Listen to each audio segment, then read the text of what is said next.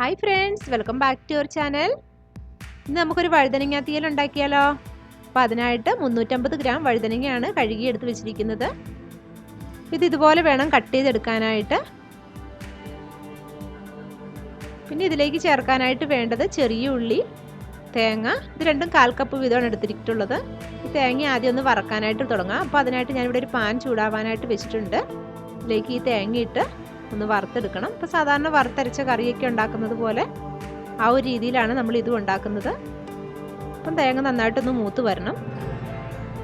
ഈ തേങ്ങ ഒരു ബ്രൗൺ കളറായി വന്നിട്ടുണ്ട്. ഇതിലേക്ക് ഇപ്പോൾ 2 വറ്റൽമുളകും 1 ടേബിൾ സ്പൂൺ മല്ലി, 1/4 ടീസ്പൂൺ പെരിഞ്ജീരകം ഇതെല്ലാം കൂടി ഒന്ന് ചൂടാക്കിയതിന് ശേഷം ഫ്ലെയിം ഓഫ് ചെയ്ത് ആറാനായിട്ട് മാറ്റി വെക്കാം. അപ്പം പെരിഞ്ജീരകം കൂടി പോവരുത്, അത് ശ്രദ്ധിക്കണം. അപ്പോൾ വഴുതനങ്ങ അരിഞ്ഞത് വെള്ളത്തിലോട്ട് ഇട്ട് വെക്കണം. ഇതുപോലെ വെള്ളത്തിൽ ഇട്ടിട്ട് വേണം, അല്ലെങ്കിൽ അത് കറുത്ത് പോകും. അപ്പം വെള്ളത്തിൽ നിന്നും കഴുകി വാരിയെടുത്താണ് ഞാനിപ്പോൾ ഇത്.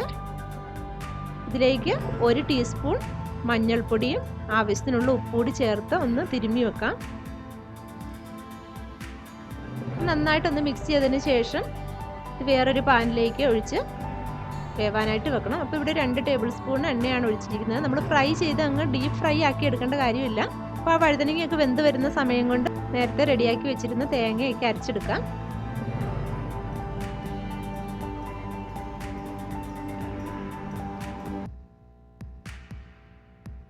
ഇപ്പോൾ വഴുതനങ്ങയൊക്കെ നന്നായിട്ടൊന്ന് വെന്ത് വന്നിട്ടുണ്ട്. ഇതൊരു പാത്രത്തിലേക്ക് കോരി മാറ്റി വെക്കാം.